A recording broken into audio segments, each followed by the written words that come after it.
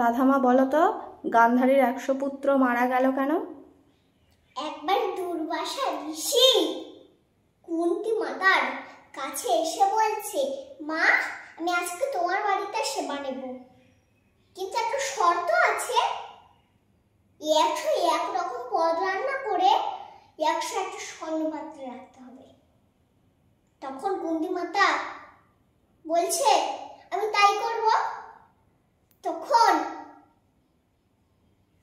তখন দুর্বাসা ঋষি স্নান করতে গেছে। তখন কুন্তী মাতা 101 রকম পদ রান্না করেছে, 100টা স্বর্ণপাত্র রেখেছে, আর একটা কম পড়েছে, আর একটা খুঁজে পাচ্ছে না।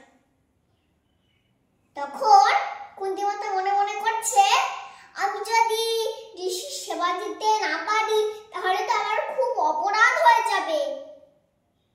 তখন মনে মনে করছে, আমি স্বর্ণপাত্র না পাই, আমি হৃদয় স্বর্ণপাত্রে রাখবো। এই বলে সে গরম পরমান্ন নিজের বুকের উপরে ঢেলেছিল। তখন এই দেখে দুর্বাসা ঋষি বলছে, মা আমি তোমার ভক্তিতে সন্তুষ্ট। তখন দুর্বাসা ঋষি বলছে, মা তুমি স্নান করে এসো, আমি তোমাকে বরদান করব।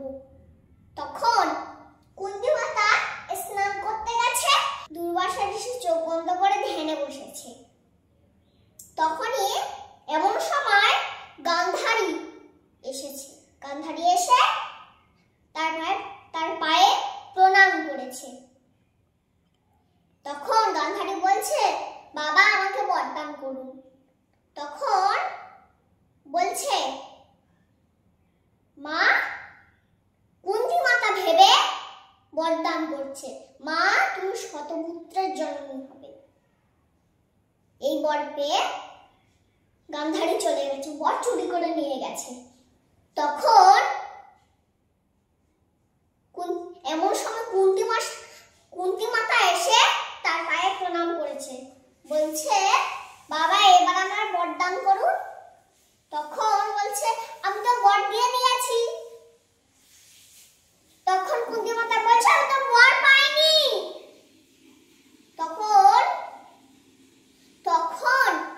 দুর্বাসা ঋষি ধ্যানে জেনে দেখছে এই গান্ধারী বর চুরি করে নিয়ে গেছে। তখন দুর্বাসা ঋষি কুন্তীকে বরদান করছে, মা ওর 100 পুত্র হবে কেন? ওর 100 পুত্র হবে তাতে কি হয়েছে?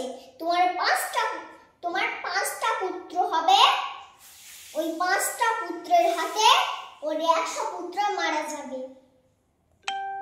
কারণে গান্ধারীর 100 পুত্র মারা গেছিল। নিতাই গৌর হরি বল।